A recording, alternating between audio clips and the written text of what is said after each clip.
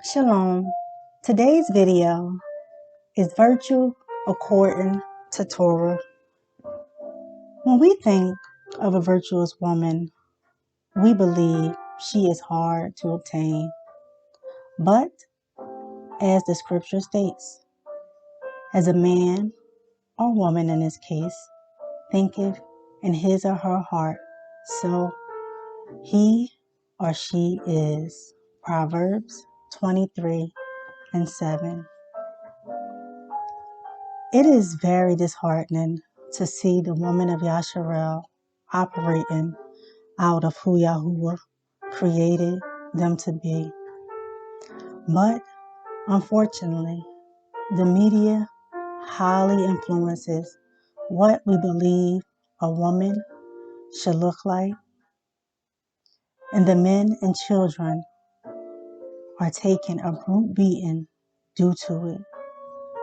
Now, this is not all women, so if this does not apply to you, please do not take this personally, but instead pull out what does apply to you, because we must all learn and grow, myself included, which is why we are going to search the scriptures for what a true woman of Elohim, God, looks like.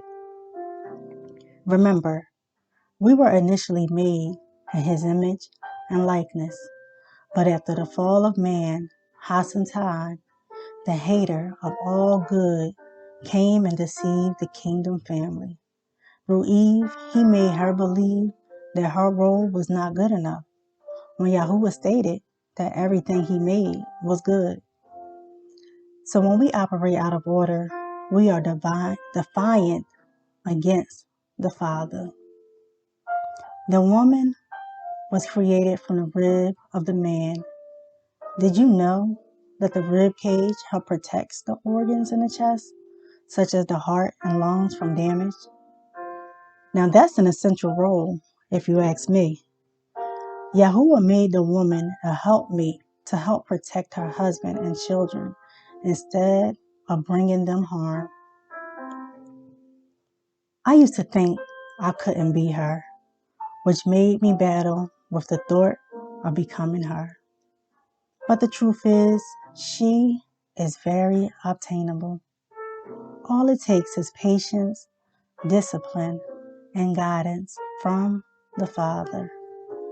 She is you and she is me, but only if we want her to be. Like myself, many women have confined a virtuous woman to her ability as a homemaker. Now don't get me wrong, that is an excellent image of a woman. But she is far more than that. She is also a woman who chases after the Father rather than the world. Before we dive into Proverbs 31, let us take a quick detour to Luke 10:38 and 42 for an example of a virtuous woman according to Torah.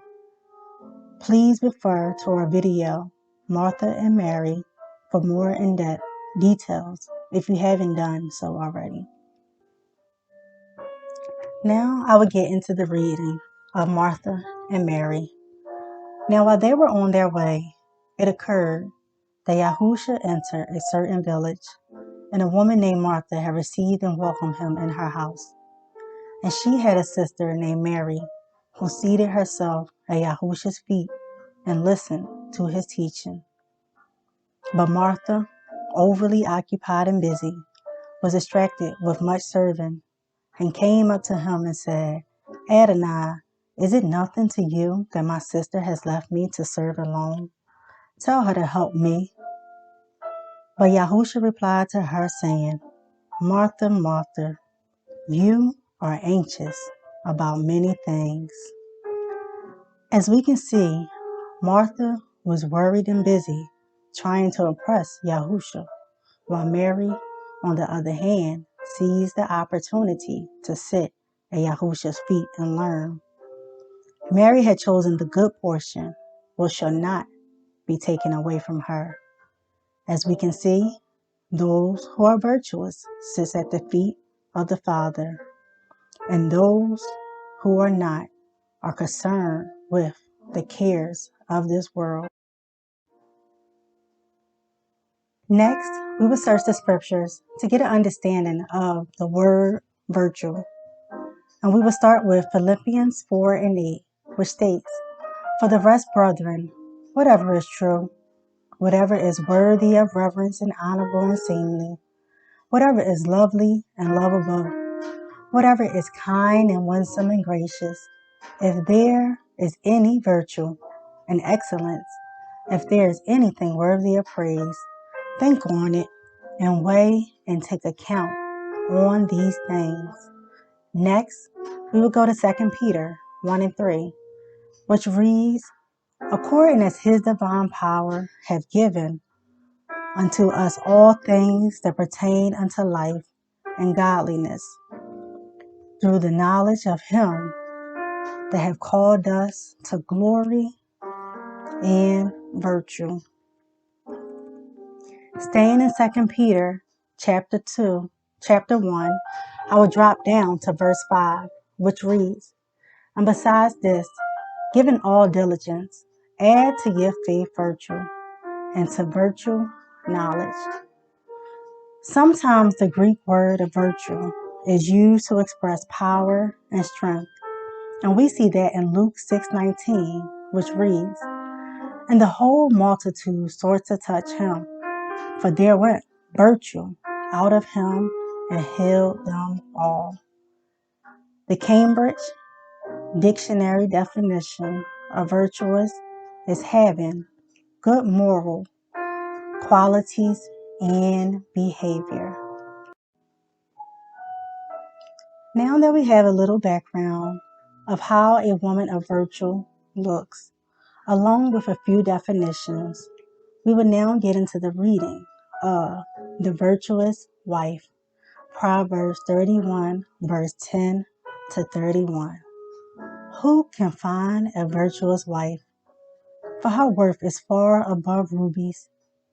The heart of her husband safely trusts her, so he will have no lack of gain. She does him good and not evil all the days of her life. She seeks wool and flax and willingly works with her hands. She is like the merchant ships. She brings her food from afar. She also rises while it is yet night and provides food for her household and a portion for her maid servants. She considers a field and buys it. From her profits, she plants a vineyard.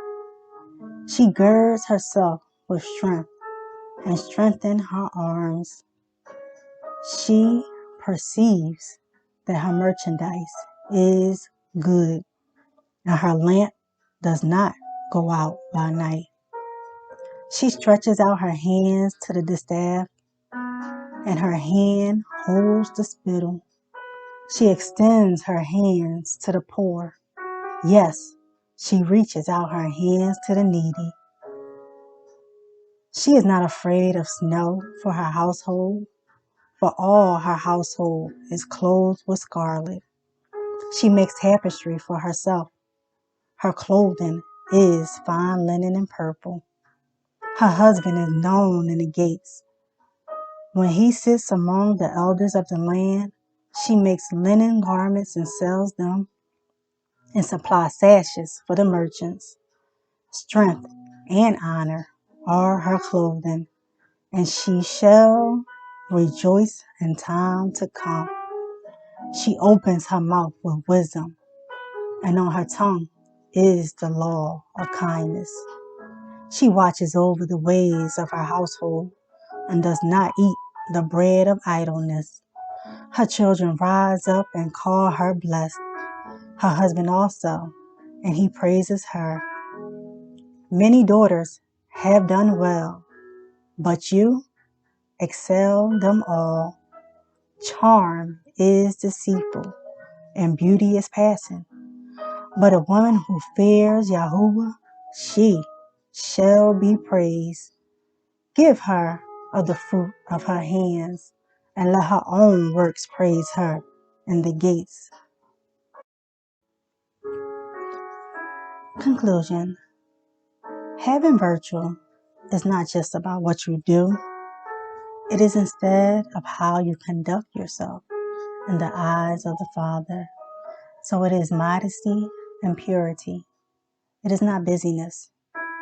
How can we hear what the Father says if we are always busy like Martha? We must let go of all distractions and understand and know what is truly important in this hour. When given a description of a virtuous woman, Mary's virtue came from obtaining knowledge and wisdom from Yahuwah. Therefore, virtue is honorable and highly esteemed. I too used to be Martha, busy but ineffective, which was not conducive to my walk with the Father. Which is why I implore you to be more like Mary and less like Martha. It may seem like we have to do everything, but the reality is we do not. And for that reason, Yahusha stated that only a few things are necessary. We add on more to our lives. Yahusha and Yahuwah are the ones who order our steps. So who are we to go outside of who He created us to be? Like I stated in the beginning, that is a form of defiance.